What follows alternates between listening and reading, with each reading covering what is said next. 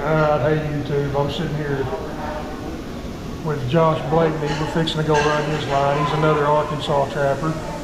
And I met him here at Minturn Cafe. We're fixing to eat us a hamburger. Get our bellies full and then we're gonna go check traps. Guys, y'all are in this area, you can stop in, check this little cafe out. Burger's awesome. I got onion rings, Josh got the fries. They got an awesome breakfast here, Josh tells me, and usually they got a plate lunch.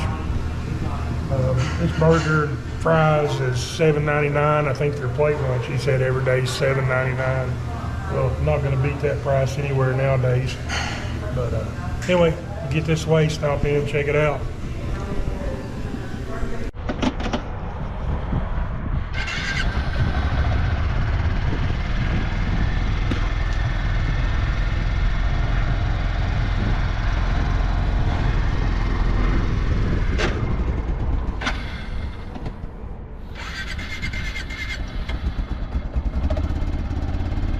I say someone called that the Barbie four-wheeler, being pink.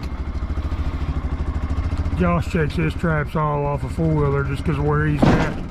Where he's at here in the Delta, it just stays muddy after these rains. Of course, you don't want to rut up those farmers' fields.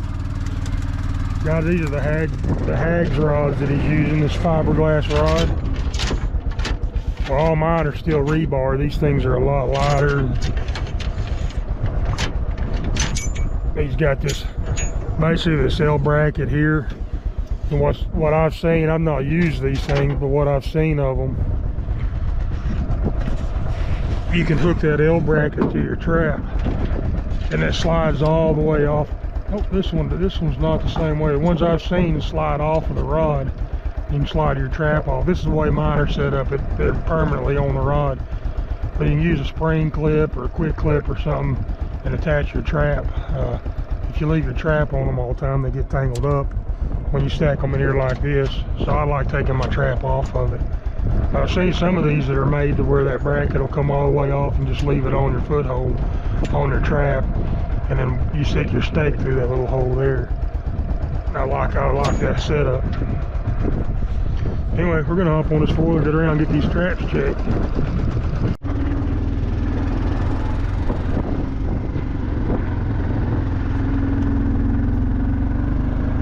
Feel sorry for this poor little four-wheeler. Yeah, we'll take it easy on it.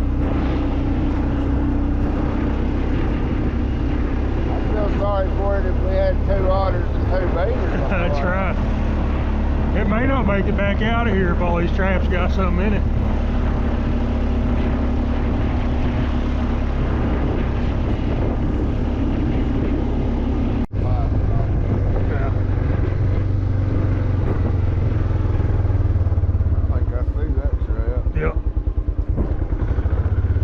Got it. Tell where they're clogging this culvert up right here, and he just done a down break and got that trap sitting in front of it there. Get down in there with that. Let it down, the water's down.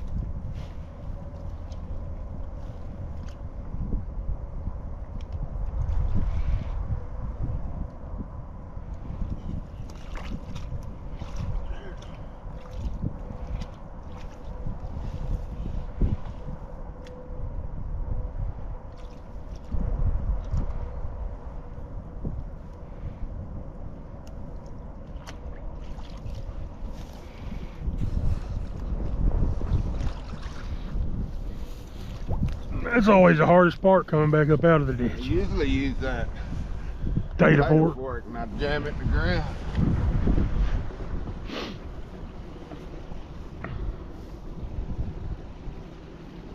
We're good on this one.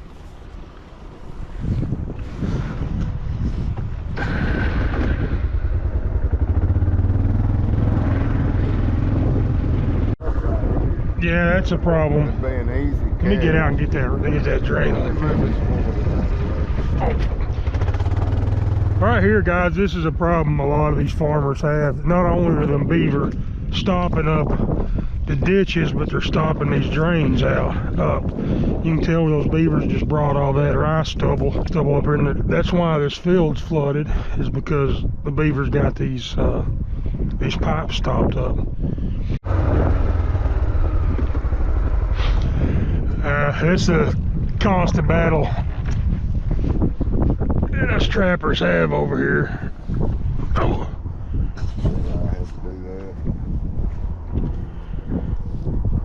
that. Yeah. Waters went down, so I turned that trap on the side and did that. But then I caught one in it yesterday, and he went right down there and hung it on that pipe and drowned it. But what I'm gonna have to do is I'm gonna have to cut some water loose into there. Yesterday they had this thing completely. I mean, there was nothing here, and I made a casting mount right here, and then set it up and everything. I had one here and one there yesterday. All this tore up grounds from them up here clawing on that caster.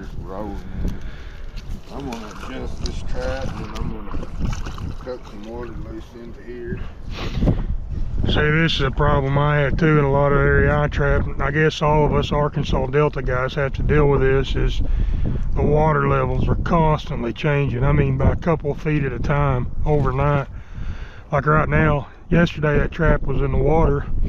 It's fell a good 10-12 inches here, and then they're calling rain's gonna set in Saturday, and it's gonna rain the whole first part of next week, and that's gonna bring all that water back up again. So we're constantly having to move these traps and shit and adjust them to keep them working. I think I can just rebed this one and knock the tile out down there and let water come over here and then outrun that tile. See, they had a beaver dam right there. And it'll fill this back up over this trap here in about an hour.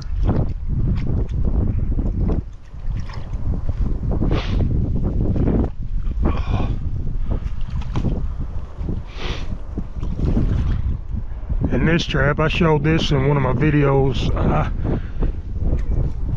this season about laying that Conibear flat on the ground. I done it because the beavers were coming up knocking my trap. I caught one in it, and then the next beaver come along, he knew that trap was danger and kept knocking that trap over, so I laid it flat in the ground. Josh put it here because it's such an angle coming up this hill that he couldn't get that trap bedded where he needed to with the water level changing, so he just laid that trap flat. And you said you picked one up yesterday, so first night he had a catch right there in that Conibear set just like that. And I would only do that with a bell owl. I wouldn't do that with any other trap, just a bell owl, because they'll hold them by the foot. I don't like doing that, but when the bank's so steep, sometimes you don't have no choice. Now, with the water being down, you could probably take a shovel now, dig that back and get a foothold to bed in that now, but when I did it, the water was about where my foot is there. Right. And I mean, this is an option too. I mean, this trapping equipment isn't cheap by no means, so if you got, you know, you got half a dozen footholds and you already got them set, and you got some 330s that are just in your truck not catching anything, this is an option to have another set working. Even though it is an idea, it's an option that you could use if you didn't have your equipment. So just got to be creative and think outside the box on some of this stuff. See how I got the triggers bent up? Yeah. So that way that trap's going to jump straight up as soon as it fires. I don't know if you guys will be able to see. I'll try to get the camera closer. So what he's talking about is he's got those triggers bent on a 90-degree turn, just like I do in them Conibear boxes for the animal to go in and bump it with their chest. He's got it turned and those triggers are pointing upward, and that way if the animal, you know, swims over it, they're going to bump those triggers that are sticking up, or if they put their feet down, they're going to hit those triggers.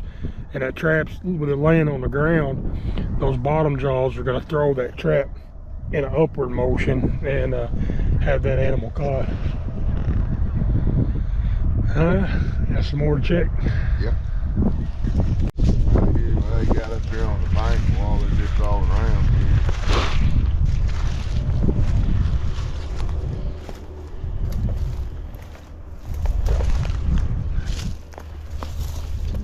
Come up there last night, it looks like. Trap on her.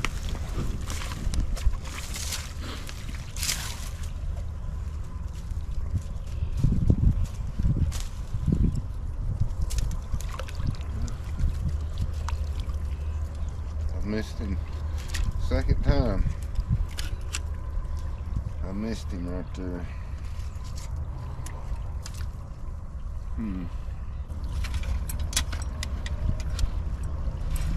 I have to set these 330 bell owls off my stomach. Yeah, springs are stout on them. Yeah. You can definitely tell the difference from the Dukes that I use mostly.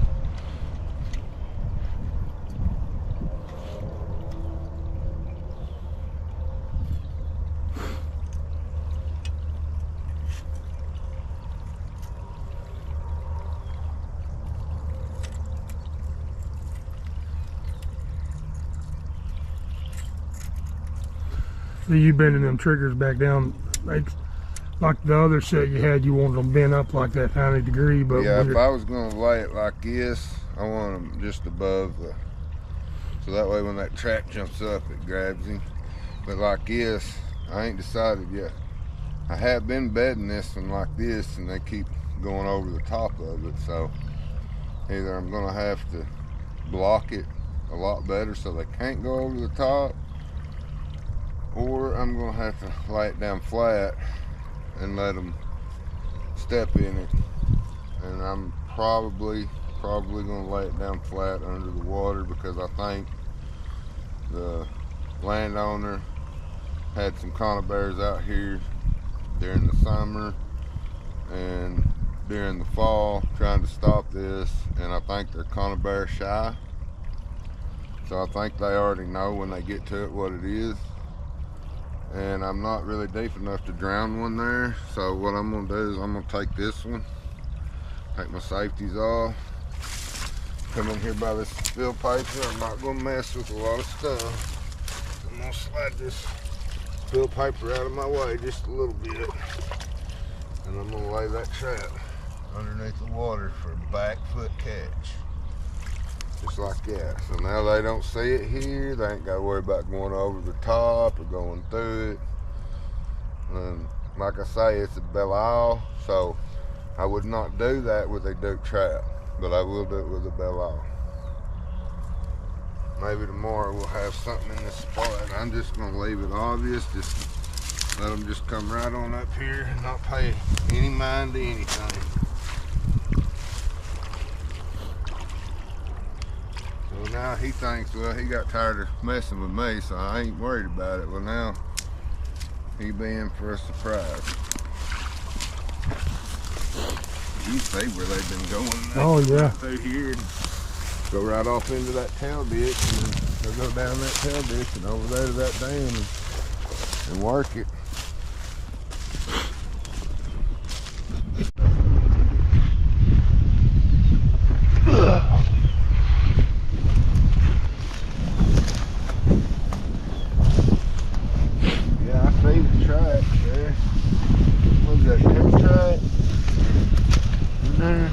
Yeah, I really tell he went pretty that'd be my light-footed. guess. Went pretty light-footed in there.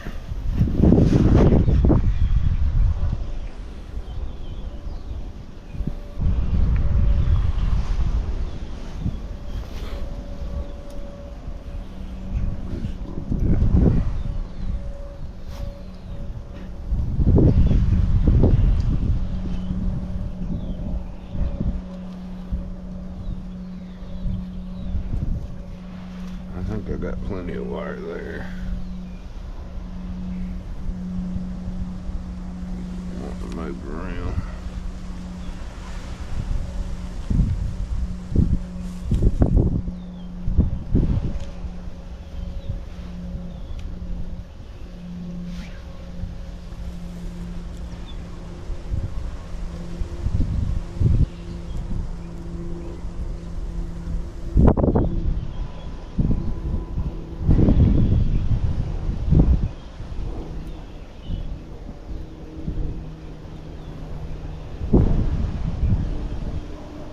How's that look?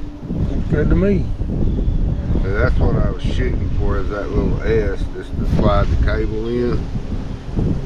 The old hammer showed me that a couple years ago, but now I made the loop just a little bit smaller, so if that coon does come back through here, I think we can get it on that one.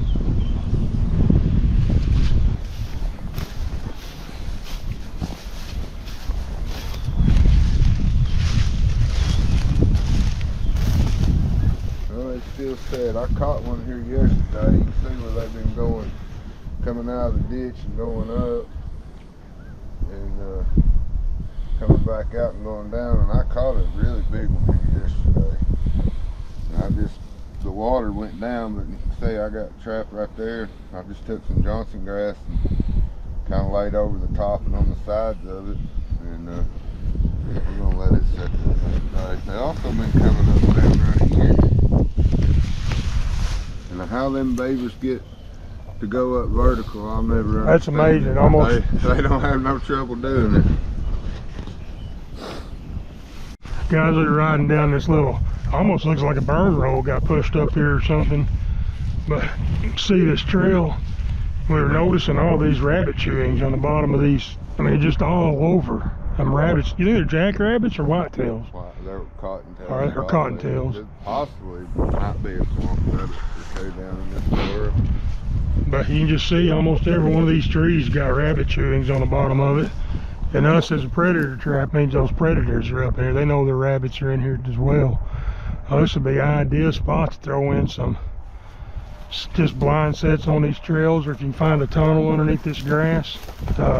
Pick up those mink will be chasing the rabbits, the coyotes will be in here chasing them, the bobcats will be in here hunting them. So all them predators are going to be in this little thicket going through here hunting. Now Josh and I was just talking, and this would be a good spot for snares, because you could set your snares up off the ground on these trails. Your rabbits would be able to go underneath the snares, not get caught, and you catch your predators, you know, in those snares without getting the rabbits. If you've done blind footholds, you can do the same thing, but you just have to make sure your pan tension's set pretty high. It just depends on if that rabbit's, you know, if he pounces on the trap, it's probably still going to catch him. So I think snares would be a better choice in this situation to avoid catching those rabbits. Definitely an ideal spot. Put some predator sets. A couple little shots here make me think armadillo, but that almost looks like a bobcat. Yeah, I'm gonna say that's a bobcat too. That hole right there. Yep. I bet you everything, they know this hole's here, and every time they come through, there's another one there. How would you trap that hole? I'd stick chances are you're not going to catch a bobcat down in that hole, but skunk, armadillo, whatever else is using it, possum, I'd take a 160. I've got them 160 RBGs now. Yeah. I'd stick one of them down in that hole, and I think I'd come back here. It looks like all them tracks kind of unite right down there on this side of that stick.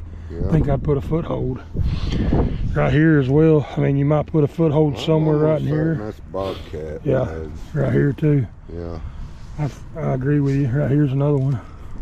But this little one here, I can't tell. It may be skunk. It's rained on it since he did that. It could be skunk. It could be. Yeah, I mean, what I've found, especially this time of year, those skunks are moving. It's breeding season for them. Yeah.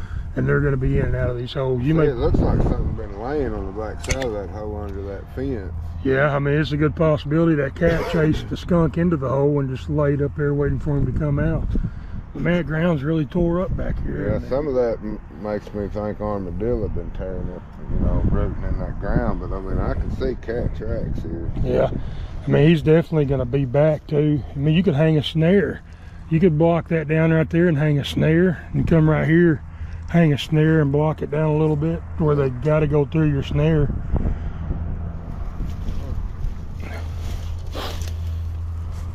Yeah, it almost looks like maybe another hole or something right there.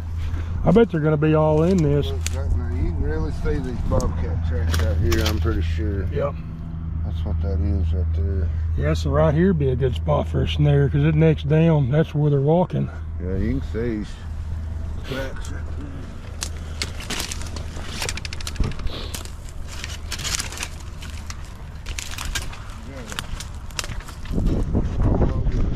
Yeah, right here's a trail coming out of it. That's a deep one right there. I bet there's going to be another exit hole somewhere down there lower, but you can see that trail going right through there. And that's mainly whatever's living in these holes, whether it be skunks, armadillos, or possums. That's going to be the trail they use every day coming out. But the thing about it is that those predators know, I mean, they know those other ones are in here and they're hunting them. I think I could get a 160 to bed in that hole pretty easy. Yep. See right here, you can see where they're coming out. Yep. Right there. I bet there's hundreds of holes down through here like that.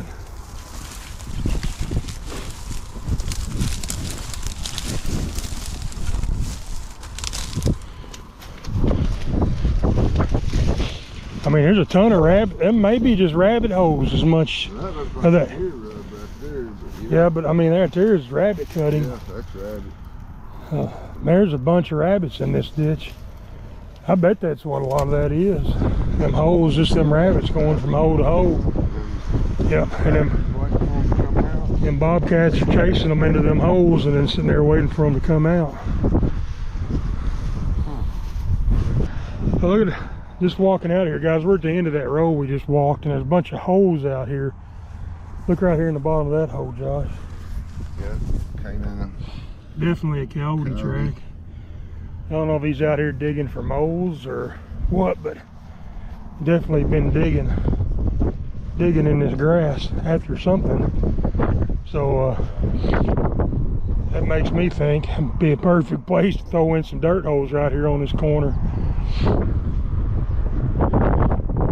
Looking for some scat. This being a high point over this lower land, a lot of times those predators are going to run these high points because they're able to see and spot prey out there in the fields.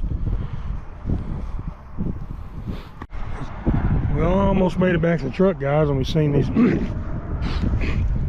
cow tracks here in this sand until that cow went right over the edge here down into this ditch.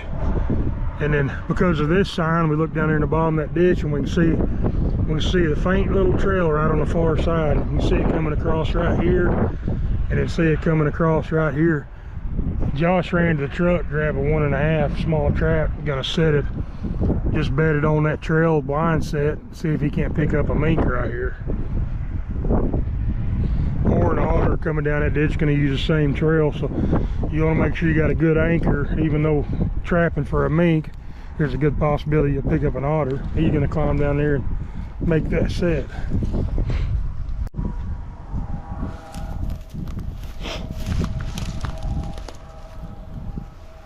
Chris. They're under the water. I think that would work. That cable's kind of shiny.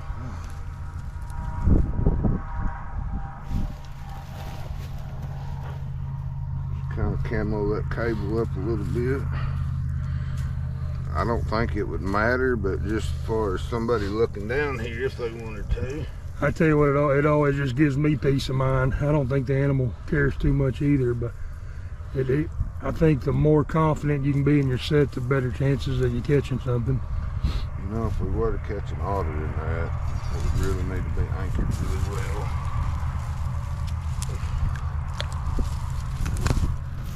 Man, that's hard pan.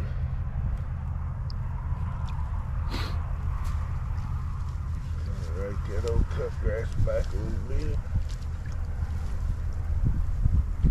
and put a